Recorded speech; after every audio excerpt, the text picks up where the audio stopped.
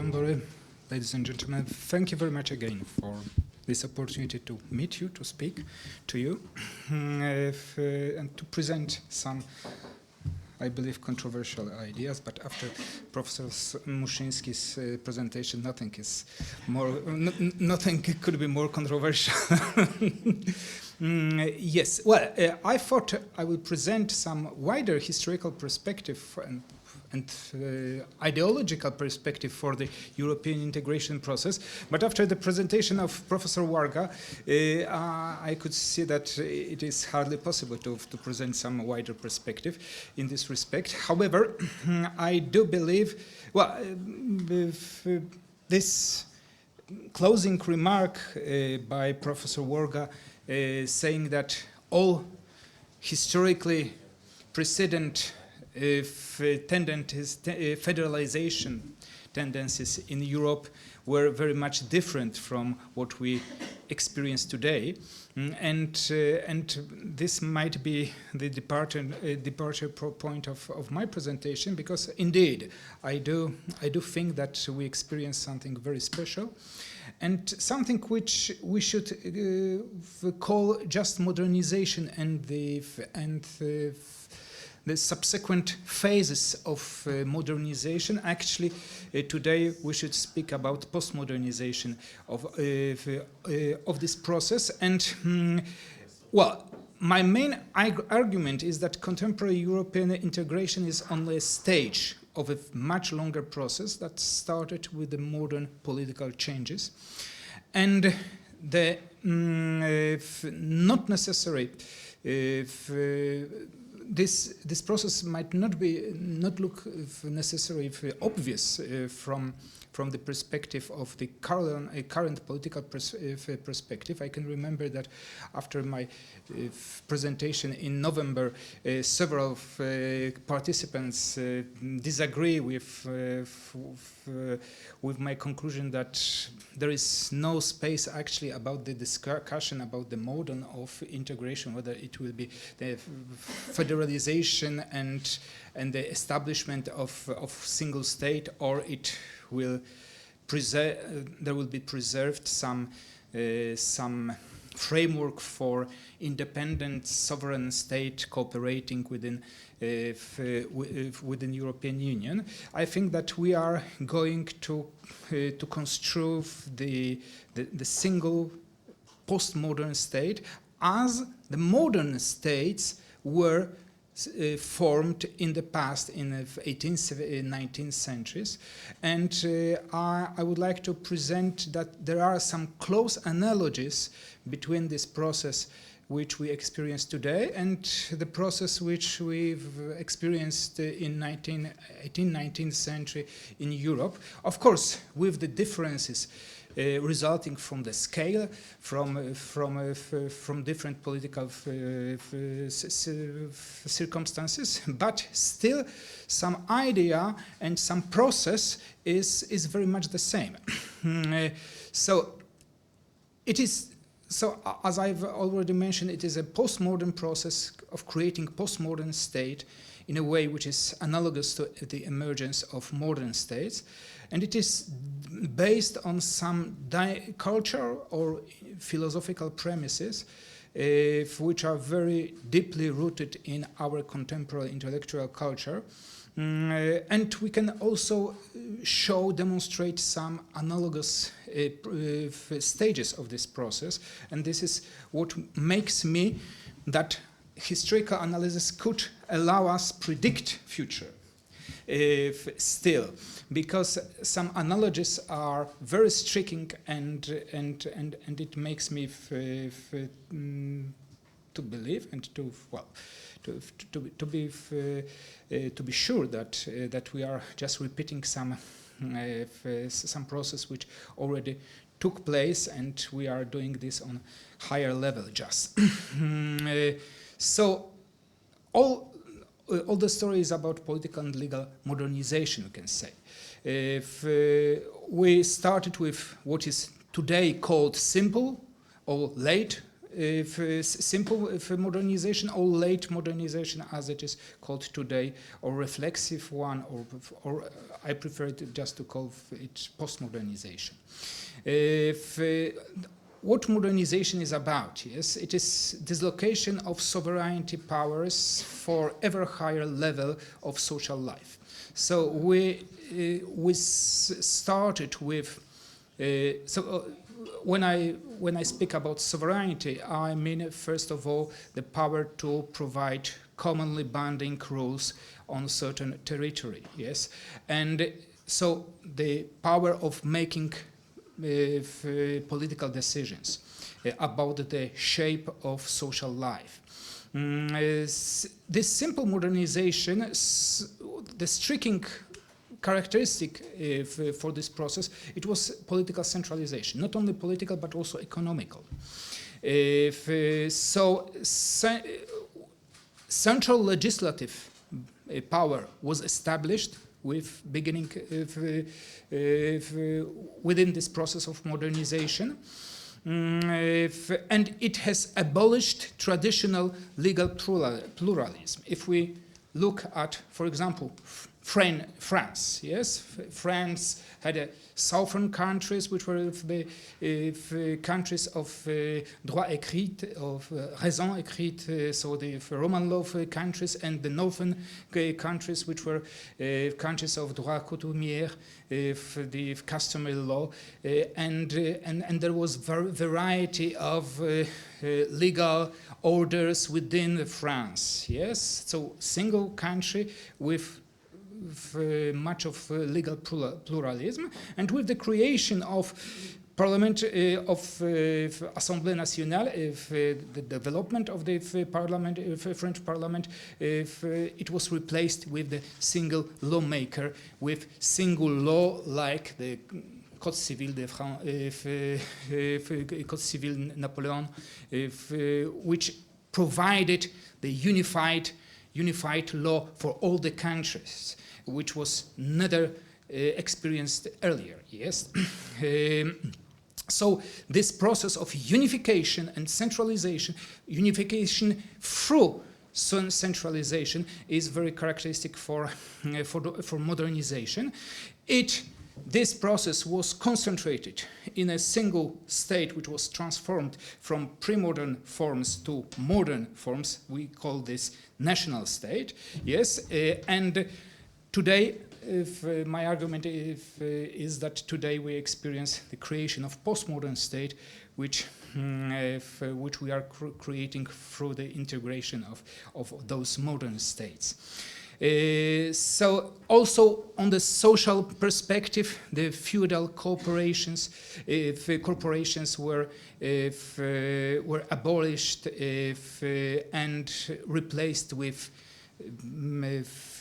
legal framework for individual rights and individuals. So if we are speaking about this process today, so this reflexive or postmodernization, we've got transferring of sovereign powers from national state to the supranational structures like European Union in political dimensions, or emergence and development of judicial review of the actions taken by the public authorities, also in legal dimensions on this supranational level.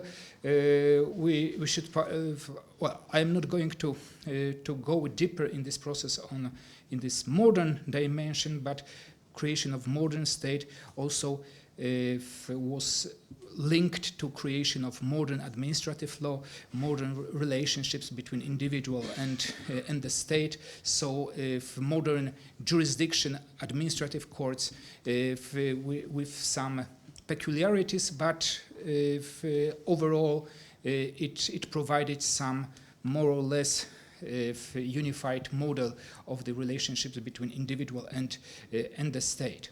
And I would like to present this modern illustrate this modern process with the fragment of Karl Marx.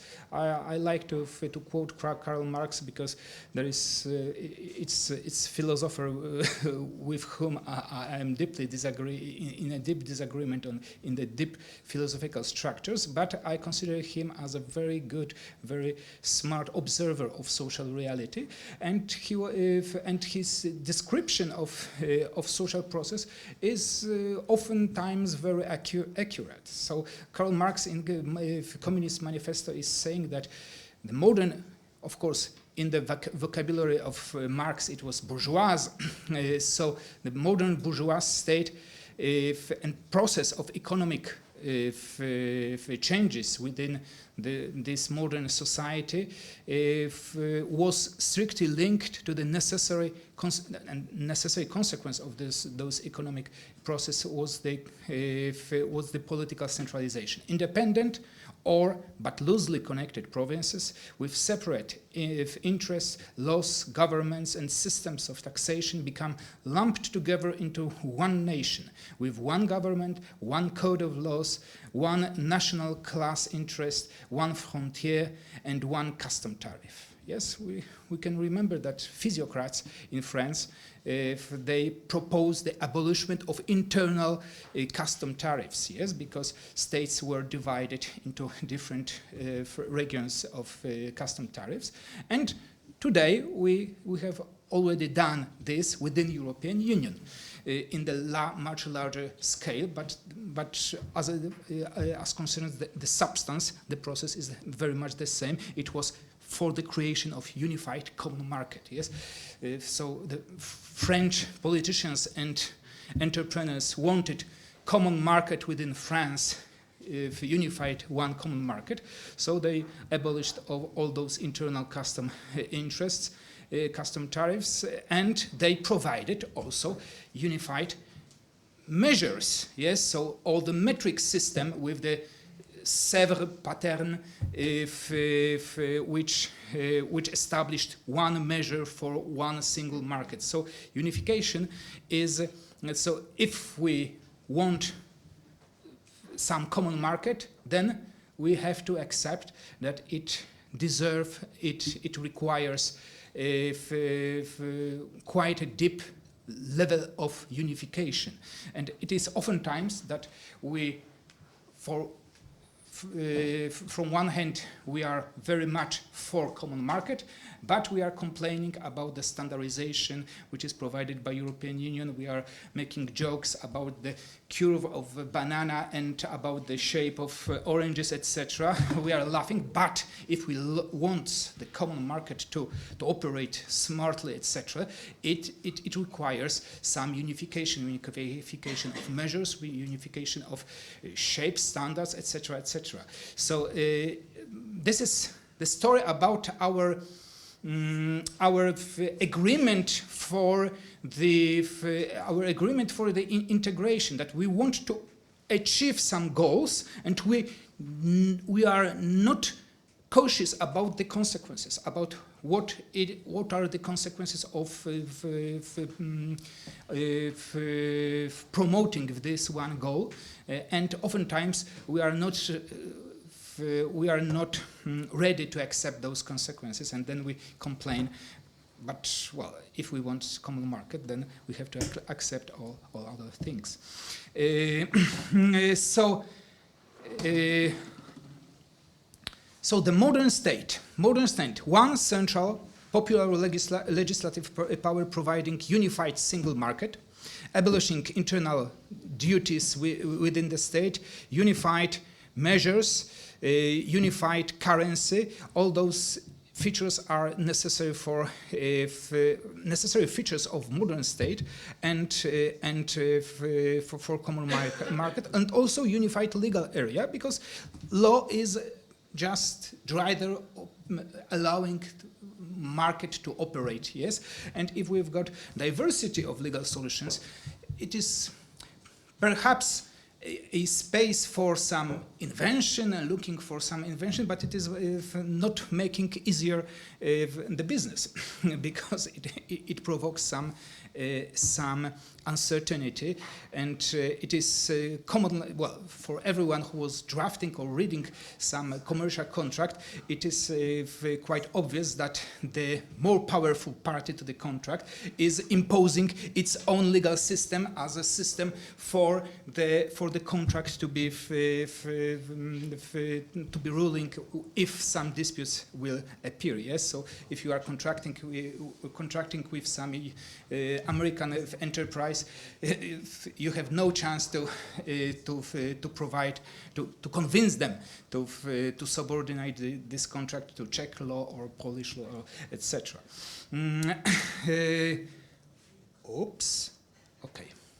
So, and from other dimension, it is also the very important feature that this modern state is affirming equality and freedom of citizens. Yes, so it is this individualistic anthropology which must be, which is in the very foundation of this modern approach to social life. Yes, so subjective rights of individuals, but this promotion of individual rights has its side effect. So it is disintegration of traditional social structures, and oftentimes creation of the new social structures which are characteristic for modern state. And today we are experiencing also the very deep reconstruction in this respect of social structures, which we get used to during the time of operation of modern state. Yes, modern theoretical framework is providing some mechanical approach to politics instead of organical and ethical. So it was based on rejecting of the virtue as a core regulator of public law. We are no longer expect politicians to be virtuous men. We won't make them accountable to us. That it is much better to have politicians accountable than virtuous, because we don't believe in their virtue. To be honest, so modernity because modernity is affirming, in fact, egoisms and so also selfishness in the as a principle concept of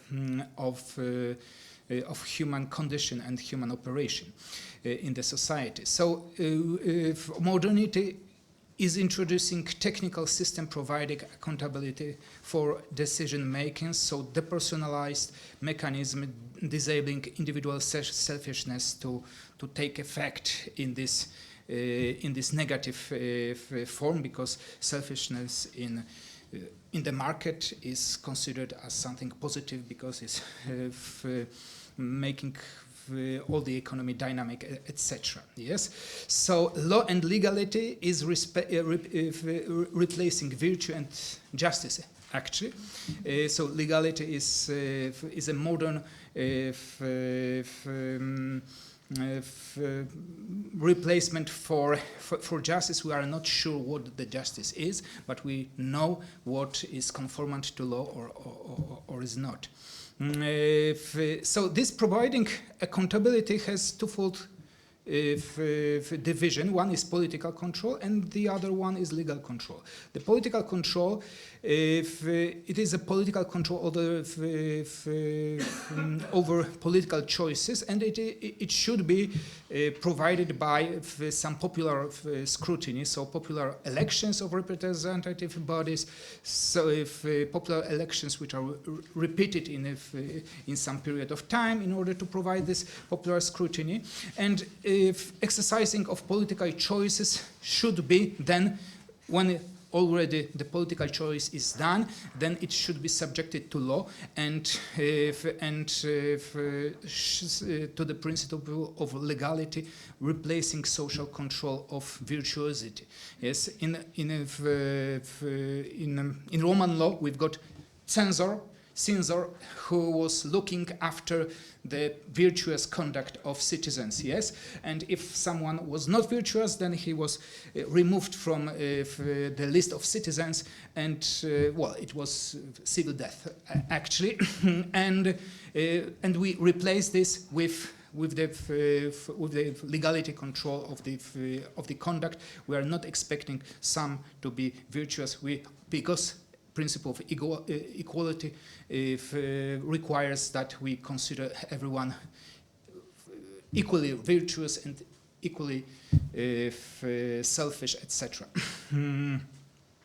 Oops. And this enforcement of legality should be provided by judicial review, so by the courts.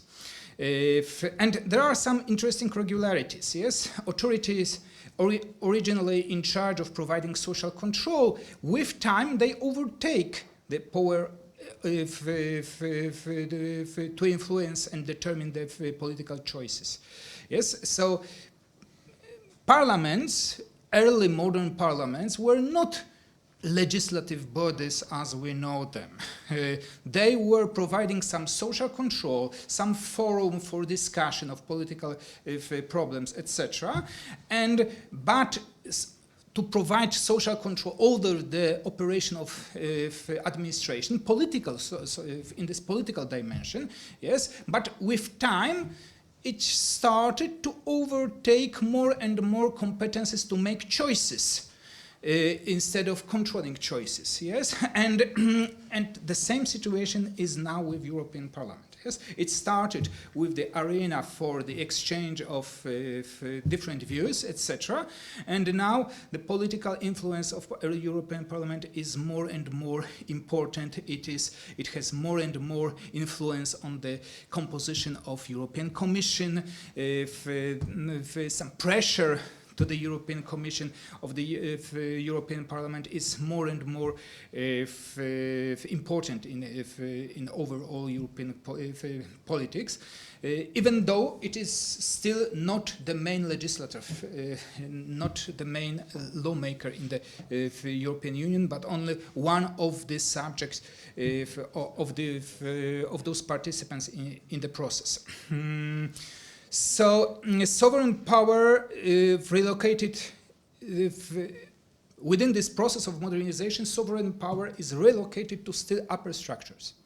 So we started with pre-modern local structures, which were then this power was transmitted to central government in the national state, and after that it is transferred to supranational structures, postmodern structures. So also the side effect is extending the distance between ordinary citizens and authorities, which are making decisions. So the first phase of this process, well, that was a very long introduction, sorry. So it was this process of feudal transmission from the feudal self-government to modern administration. So some feudal corporate structures providing local administration were subjected first to the royal administration and then replaced with revolutionary law, so the loi des coutumières, no, loi de... j'ai oublié. This statute, revolutionary statute, which abolished all the corporations.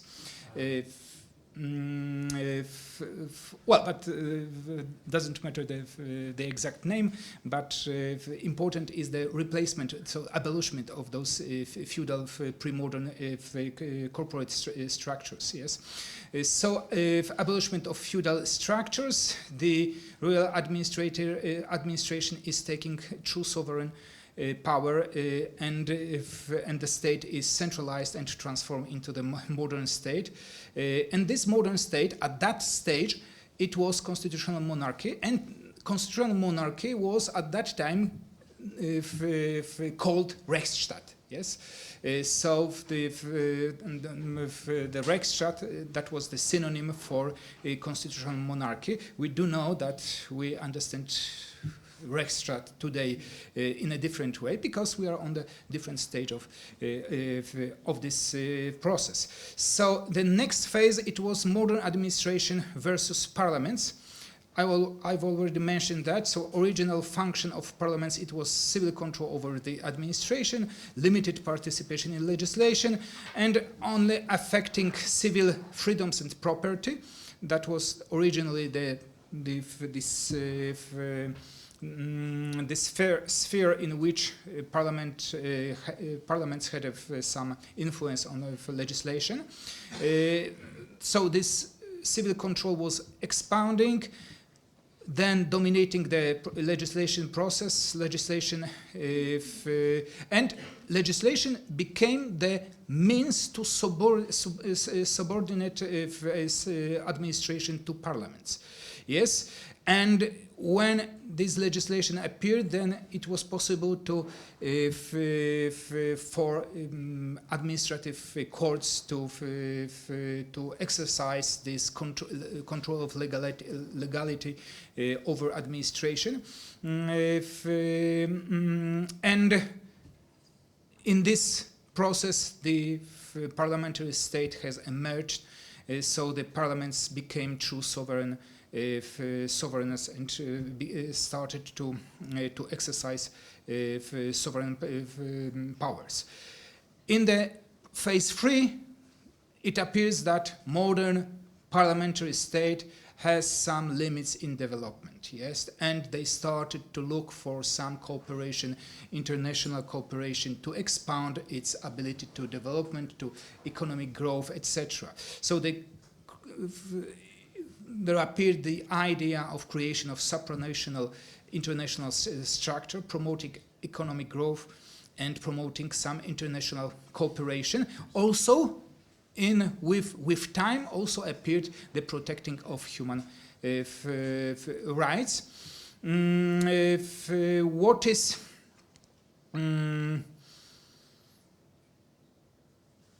okay? So those. So we started this process with moving some political decisions to from national parliaments to supranational levels. Yes, some appeared to be more and more, and already we can say that majority of those competences of decision making was transmitted to supranational level. Well, at least Polish law. At the moment of accession, I don't know what is the percentage today, but it was estimated that 80% of administrative law in Poland was just totally determined by European Union laws. So 80%, it is quite quite good share in this process. So national parliaments started to implement decisions taken by the international administration in cooperation with national administration. So also this process changed the relationships within national states, because parliamentary states, where the main political choices are taken in the parliaments started to implement European decisions, political decisions. Those political decisions were taken in the cooperation between national administration and international administration, and so the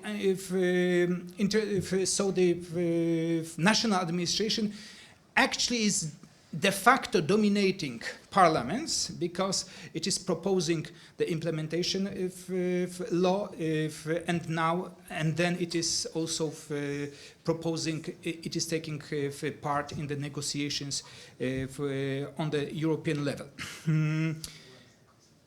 Sociologists describe this process in this way, that the modern national state, as one of the basic institutions of the first modernity, undergoes a fundamental transformation in the process of reflexive modernization, so this further modernization. The reflexive modernization of statehood leads, first of all, to the production of multiplicity of the new forms of transnational governance beyond the national state. The nation state is non-completely replaced, neither suspended, but it is incorporated in the various ways into the new internal governments and organizations, new supranational institutions, new forms of regionalism, etc. The result of this development, insofar as it is already recognizable, there are new comprehensive system of world governance. Yes, these are the reflections of Ulrich Beck and Edgar Grande from already 20 years old, but we can see that we are in the process of the further modernization which started somewhere in the Enlightenment, let's say. So currently, international administration is struggling with supranational representative bodies. So if European Parliament is fighting with Commission about political power, and the question asked to Professor Mathieu by Professor Troziani was about the role of national parliaments in this process. So national parliaments are not necessary within the European integration, because European Union has its own democratic representation in the European Parliament. So it doesn't care about if national parliament, even though there was an attempt to make the position of national parliament stronger in the Lisbon city, with granting them some competences to present some opinions and to influence somehow the lawmaking process within the European Union. But well, it has actually, in fact, no real influence on the overall process. Because not this kind of representation is needed to European Union. European Union, as a merging postmodern state, is requiring direct democratic representation from European Parliament, not from national parliaments. So supranational parliamentary representations, if they started with providing political control, political power is still growing, and growing importance of the European Parliament is the example. And as you can see, this is exactly the same process which took place in the national stage, so in this modern, earlier stage of modernization. So it is directly leading to creation of supranational parliamentary state. Peculiarity of this process, it is voluntary, at least partially, because, well, we want very much a common market, but we don't want standardization, unification, etc., etc. And what does it mean? When we were making choice about joining common market, where we contemplated also all the consequences of it, where we accepted them, we don't know. We are entering certain process which is to great extent not known to us. We don't know where it will lead. Basically, we've got some desires we would like to fulfill, and with a quite close perspective, and we don't care about other consequences, yes? And when those other consequences will appear, we are astonished, we protest, etc., but it's basically too late, because we already are deep in the process, and make us somehow out of this process is practically, perhaps in theory, in the treaty, there is a procedure of leading the European Union, but in fact, politically, it is hardly possible to go through, even though English did it. So national states are gradually transformed to cosmopolitan states, members of cosmopolitan empire. This is the vocabulary of Ulrich Beck and Edgar Grande, self-disciplined members of the cosmopolitan European empire. This is the name for national states which is given in this literature.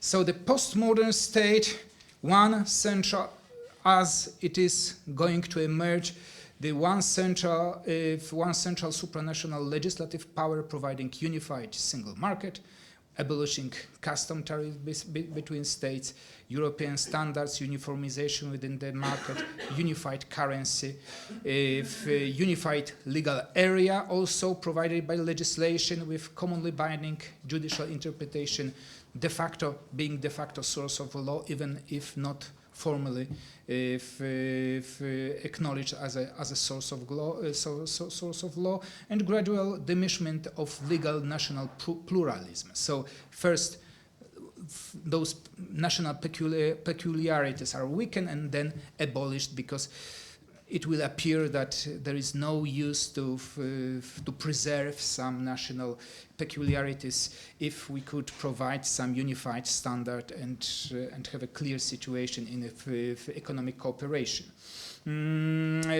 Also, another one feature of this process is deeper affirmation of individual equality and freedom, so affirmation of fundamental rights of individuals versus modern national state as a form of modern social structure. Yes, this modern social structure must be somehow dismantled.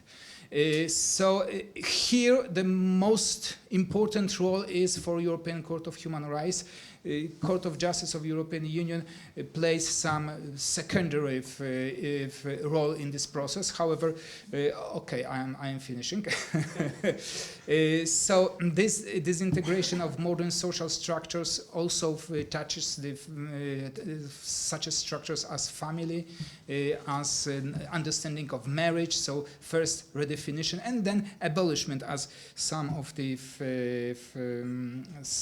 those leaders of this movement are not hiding that we are not going to provide marriage for, in fact, we are not for providing marriage for same-sex couples. We just want to abolish the marriage, and this marriage for same-sex couples is only a step forward to achieve this crucial goal in order to be able to consider men as a real individual, not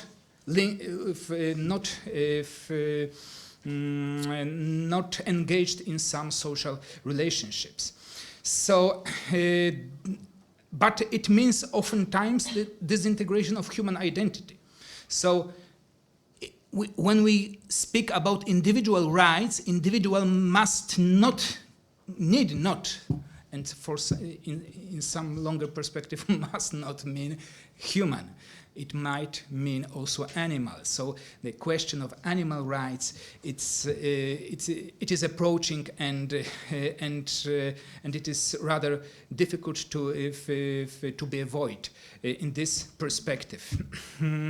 So modern state, we start with idea of original contract. In postmodern state, we've got the real contract between states now, because we have to remember that all philosophers considered new nations which were created out of the contract as their situation as analogous to the situation of individuals in the original state. Okay, thank you very much. In order to not extend my already extended very much presentation. Thank you very much, and I'm sorry.